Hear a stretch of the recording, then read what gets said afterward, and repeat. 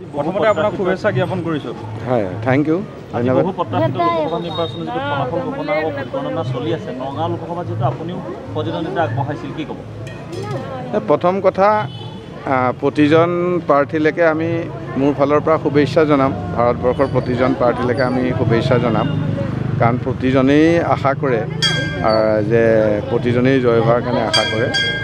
কিন্তু জয়টো নিৰ্ভৰ কৰিব প্ৰথম কথা ভগৱান আৰু তাৰপিছত হ'ব নিজৰ অঞ্চলৰ সমষ্টিৰ ভোটাৰ ৰাইজৰ ওপৰত নিৰ্ভৰ কৰিব।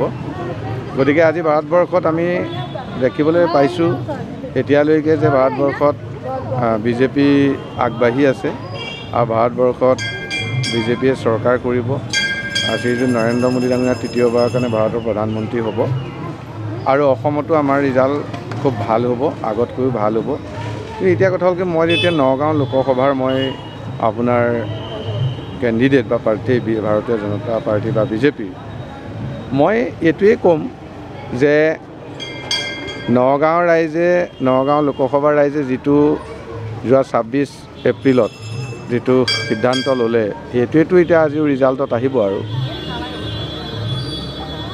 যে ভাৰতবৰ্ষৰ প্ৰায় সৰহ সংখ্যক ৰাইজে বিজেপি পক্ষত লৈছে। মই ভাবোঁ নগাঁৱৰ ৰাইজেও বিজেপি পক্ষতে ল'ব, কাৰণ উন্নয়ন হ'বলৈ হ'লে, আমাৰ সমস্যাসমূহ দূৰ হ'বলৈ হ'লে চৰকাৰখনৰ লগত আমি থাকিলে আমাৰ ভাল।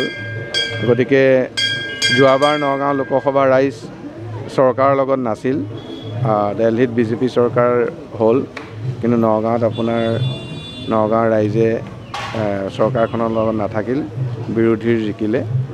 আৰু এইবাৰো আকৌ ভাৰতবৰ্ষত বিজেপি চৰকাৰ হ'ব। এইবাৰ কি হ'ব এইটো আমি কাউণ্টিং শেষ হোৱাত গম পাম। গতিকে মোৰ বিশ্বাস, আমি বিজেপি জয় হ'ম, ৰাইজে আমাক গ্ৰহণ কৰিব, ৰাইজে উন্নয়নৰ খাতিৰত, নিবনুৱাৰ সংস্থাপনৰ খাতিৰত, দেশখনৰ খাতিৰত বিজেপিক সমৰ্থন কৰিব। গতিকে তাকে আশা কৰিছোঁ আৰু সেইটোৱে ফলাফল হওক বুলি আমি ভগৱন্তৰ ওচৰত প্ৰাৰ্থনাও কৰিছোঁ। সেইটোৱে ফল আৰু।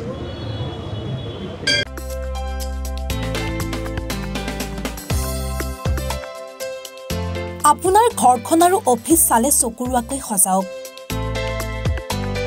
আজি আহক সকলো ধৰণৰ অত্যাধুনিক ফাৰ্নিচাৰৰ বাবে চিটি ফাৰ্নিচাৰ 6 মাইল গুৱাহাটী। আমাৰ ঠিকনা 6 মাইল পাঞ্জাবাৰী ৰোড, পুৰবী ডায়েৰীৰ সন্মুখত, গুৱাহাটী। আমাৰ যোগাযোগ নম্বৰ 9435013969।